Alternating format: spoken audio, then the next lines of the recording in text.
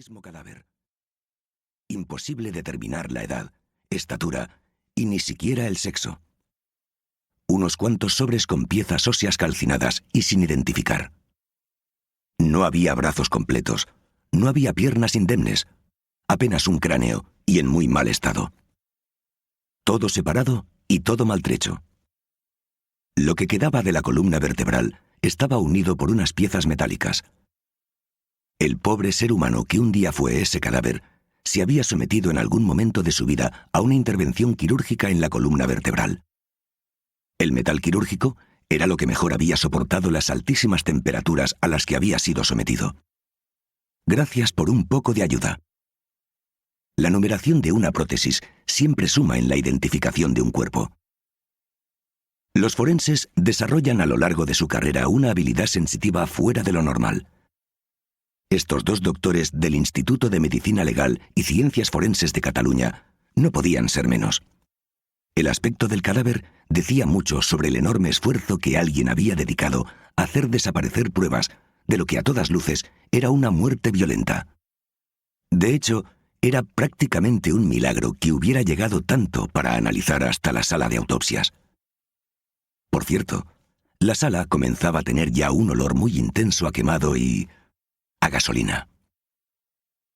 El día 3 de mayo de 2017, Xavi y Miquel pasaban la tarde en los alrededores del pantano de Foix, a unos 10 kilómetros de Vilanova y la Geltrú. A ambos les apasionaba tirarse horas recorriendo con sus bicicletas los caminos de montaña y los senderos de la zona, y de vez en cuando tocaban asfalto para cambiar de ruta. Aquella tarde, en uno de esos caminos a los que se tiene que llegar a propósito, algo les llamó la atención por inesperado e inquietante. Un coche de 3 puertas calcinado hasta el chasis. Y es que eso era lo único que se podía apreciar, que tenía 3 puertas. Ni modelo, ni color, ni matrícula. Nada. Ese coche había estado ardiendo lejos de miradas indiscretas hasta calcinarse por completo.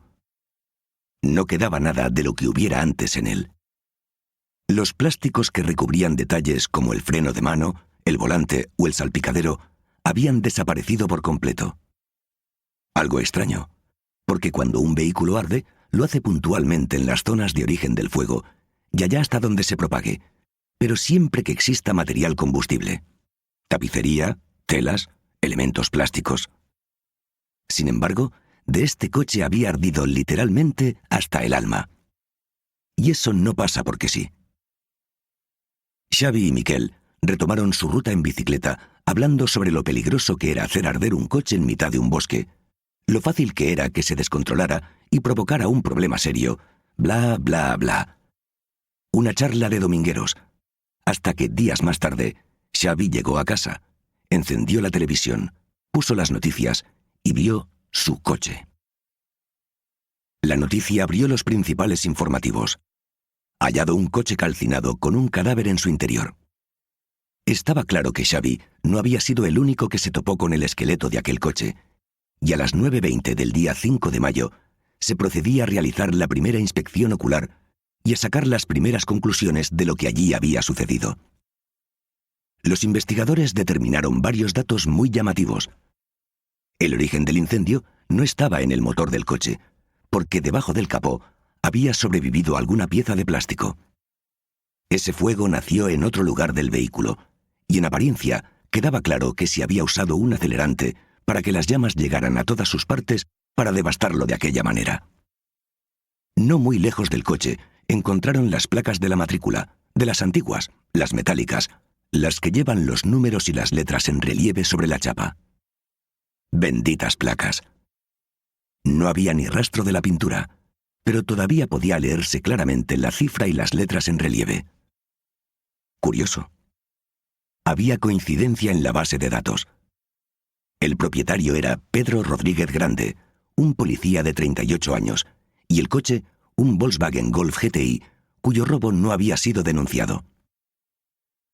Aunque en cualquier investigación las generalidades son una trampa mortal para la resolución del caso, es cierto que 9 de cada 10 coches que son encontrados calcinados han participado en algún tipo de delito contra la propiedad.